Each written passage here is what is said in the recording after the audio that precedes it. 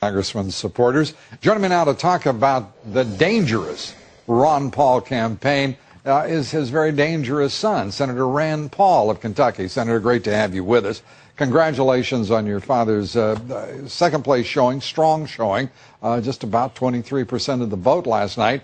He's got to be thrilled. You all have to be very pleased. Well, yeah, we're pretty excited about it. And I was up there in New Hampshire, and everywhere we went, we had huge crowds that they couldn't even put in most of the venues. We were up near Lake Winnipesaukee at a hotel there, and the owner said he'd had presidential candidates for 20 years and never seen any with this big a crowd. Well, the intensity of your father's support is terrific. It's noted all across the country, and it is consistent.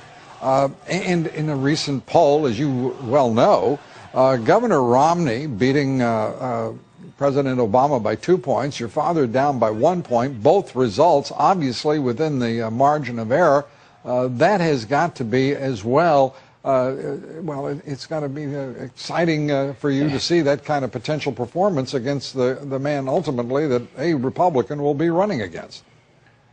Yeah, do you think maybe some of these pundits on TV that keep saying Ron Paul can't win would look at the polls and see that only Ron Paul and Mitt Romney are able to compete with the president right now? And when you poll Ron Paul against President Obama, Ron Paul beats him by 7 points among independents, and yet every pundit on TV is like, oh, Ron Paul can't win. Well, maybe we shouldn't start with the conclusion. We ought to look at the numbers first. Senator, first. Don't ask me to explain pundits off television anywhere. Two, there are some, there's some names, including my own, that I'd like to reserve from that list that you just suggested.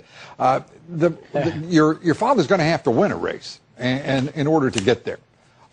And I think that's straightforward. Now, I've heard you complain about the media. I do so as well about the liberal media in this country. But the reality is he's going to have to win. Where's he going to win? Well, we'd like to win in South Carolina, and we've made a simple request that I think would make it possible if all the other candidates would drop out other than Romney and it were just Ron Paul versus Romney. I think we have a chance in a head-to-head battle, but we're dividing up the vote, and unfortunately I think the other candidates would prefer it to be the other way around, but I think that's what happens. In 2008, the conservatives divided the vote also in South Carolina and other places.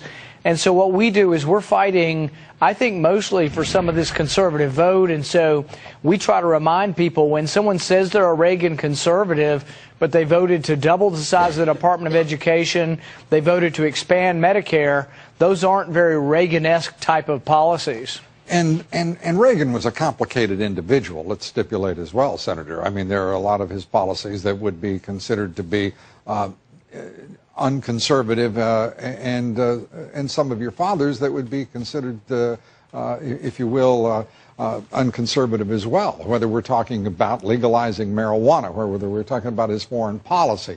But on balance, I think you have to look at the proposals that your father has made in their totality. The appeal right now has to rise to a level now significantly above what he has achieved so far.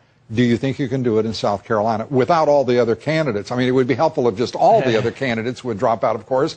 I would... right, so you think that's not going to happen. I guess if that's not going to happen... I'm not going to suggest such a thing.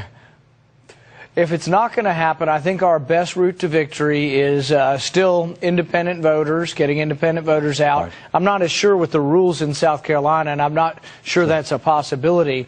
The other possibility is that we go to the voters who want a conservative alternative to Governor Romney, and we say, look, there's only one who truly is presenting a balanced budget in one term, presenting $1 trillion in cuts, who has opposed most of the big government expansions of the last several decades.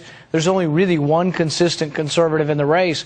If we can convince conservatives to come to Ron Paul, coalesce, then I think we'd have a shot. All right. Well, we'll look forward to that as always. And, Senator, it's always good to have you with us. Appreciate it. Senator Rand Paul. Thank you, Lou. Thanks for being with us. And good luck in South Carolina and with those other candidates. That's an interesting proposition you put forward. And a reminder to